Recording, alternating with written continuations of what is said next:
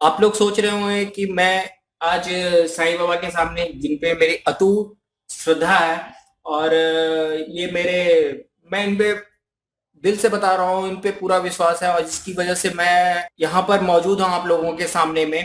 तो आज मेरे लाइफ का ये सबसे इम्पोर्टेंट दिन इसलिए है क्योंकि 2007 में 6 अगस्त को मेरा एक्सीडेंट हुआ था और आज का दिन है जो कि मेरे लाइफ ने लगभग 10 साल ऐसे पूरे कर लिए हैं। तो सब इनकी कृपा है और मैं आज आपके साथ ये शेयर करना चाहता हूँ। ये मेरे 10 साल की जो जर्नी है मैं आप लोगों के साथ बताऊंगा।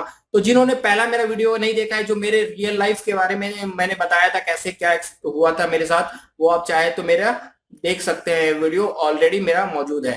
ठीक है, तो मैं आज बताऊंगा कि मेरी जर्नी कैसी रही 10 इयर्स के बारे में। ठीक है, तो भगवान जी का आशीर्वाद लेते हुए मैं आप लोगों से ये बोलता हूँ कि काइंडली करके आप लोग बस सपोर्ट करते रहें, इसी तरह अपना प्यार देते रहें।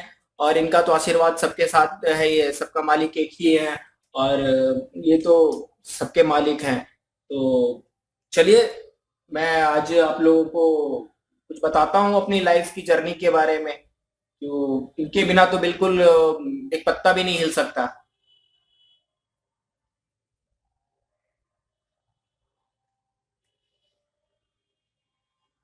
अभी सूरज डूबा नहीं, जरा सी शाम तो होने दो, मैं खुद लौट जाऊंगा, मुझे नाकाम तो होने दो। मुझे बदनाम करने का बहाना ढूंढते हो, मैं खुद हो जाऊंगा बदनाम, पहले मेरा नाम तो होने दो। जी हाँ, नमस्कार दोस्तों, मैं हूं अभिषेक और मैं आज आपको अपने लाइफ के बारे में बताऊंगा। जो मेरा एक्सीडेंट 2007 में 6 अगस्त को हुआ था, आज 10 साल हो गए हैं।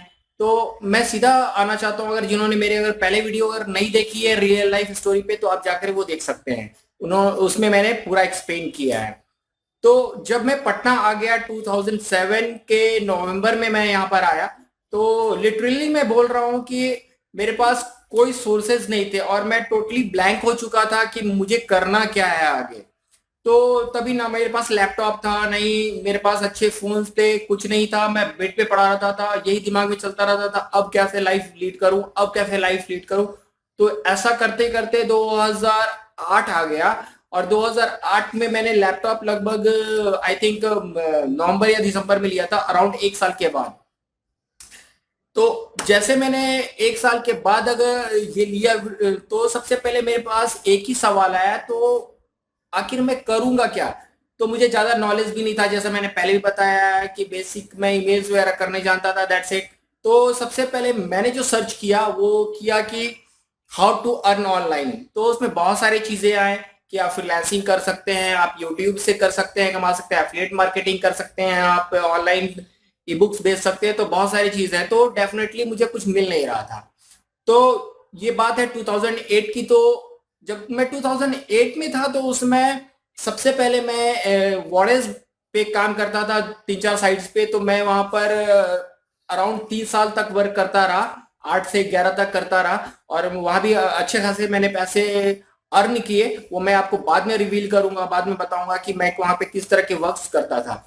ठीक है, तो ये हमारी जर्नी मैं 2008 से स्टार्ट किया। तो तब तक क्या है कि मेरी मेडिकल कंडीशंस तो बिल्कुल वैसी ही थी जैसे अभी है, मूव नहीं कर पाना। तो इस तरह से करते करते 2011 आ गया और मेरा जो है संघर्ष इसी तरह चलता रहा और मैं बिल्कुल 2011 के बाद मैं फ्रीलांसिंग में आया। जब मैं वही वारिस पे काम करता था, तो क्या हुआ था कि सबसे पहले मैंने अर्न किए थे अराउंड $70। तो उस समय 2008 की बात बता रहा हूँ।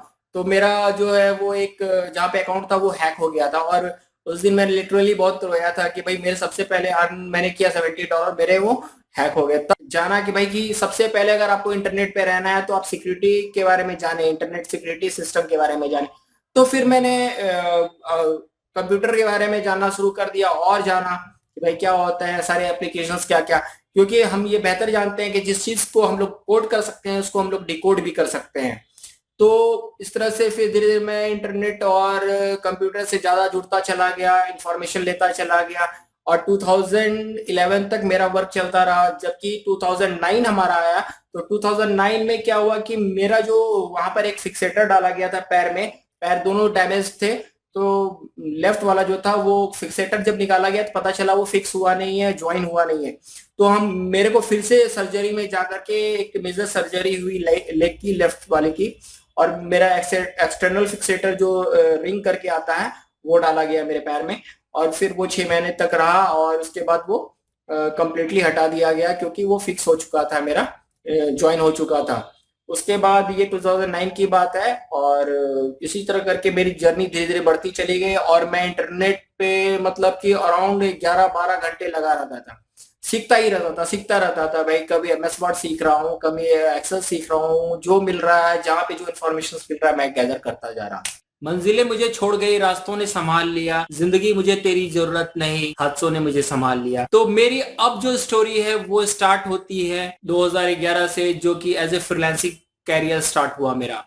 तो तभी मैंने इलायंस को ज्वाइन किया। इलायंस जो सबसे बेस्ट वेबसाइट थी, तो मैंने उस पर काम करना स्टार्ट कर दिया।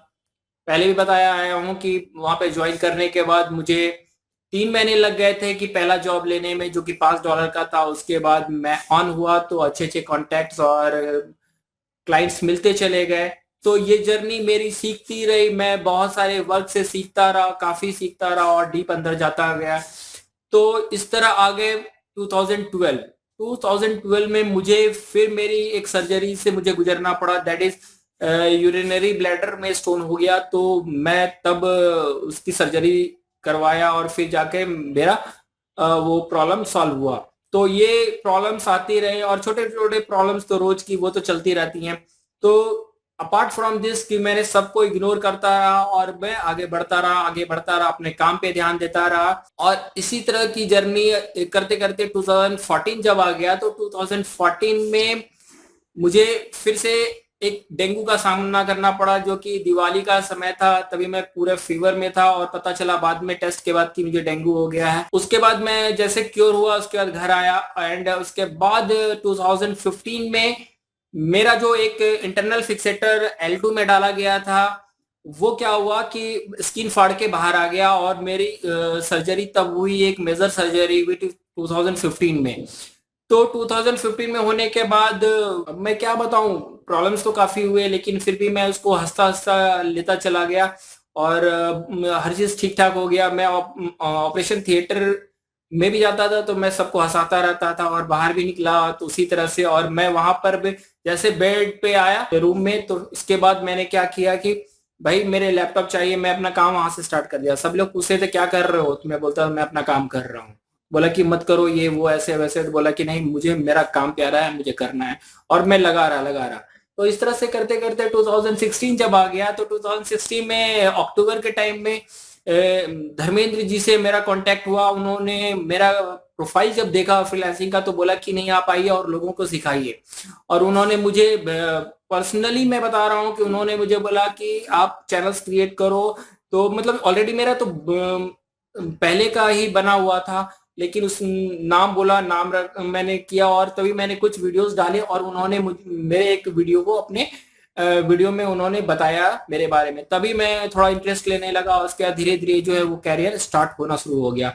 उसके बाद फिर उन्होंने मेरा एक इंटरव्यू लिया। उसके बाद वो तो भाई क्या है, अब ज्यादा बोलने की जरूरत नहीं है। उसके बाद आए स्मार्ट आइडिया के शक्ति सर, जिन्होंने मेरा मतलब इतना ज्यादा हौसला बढ़ा दिया, और उन्होंने भी अपने चैनल पे मुझे डाला, और उसके बाद आप लोगों के सामने में मैं इतने दूर तक पहुंच चुका हूं।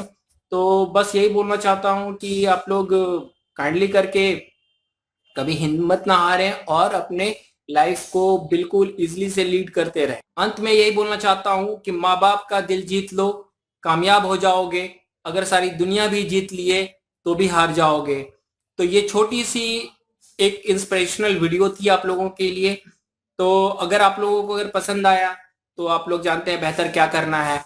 एंड ये मेरे लिए रियली बहुत इंपॉर्टेंट, और सबसे पहले मैं आप लोग का मतलब कि धन्यवाद देना चाहता हूँ दिल से, कि सब लोग मुझे बहुत सपोर्ट करते हैं, रियली में बहुत सपोर्ट करते हैं। और मैं यहाँ YouTubing is not only for making money for me, क्योंकि आप लोग जानते हैं कि मेरी वो अवस्था नहीं है जहाँ की मैं मूव कर सकूं। और ये एक इंटरनेट और आप लोग यूट्यूब के थ्रू मैं आप लोग तक पहुंचता हूं और प्यार मिलता है। बहुत लोग यहाँ पर मिलने भी आए दिनों, और आप लोग भी आ सकते हैं मुझसे मिलने के लिए, तब आपको पता चलेगा कि हकीकत वही है जो मैं यहाँ पर हूँ, जो आपको दिखता है।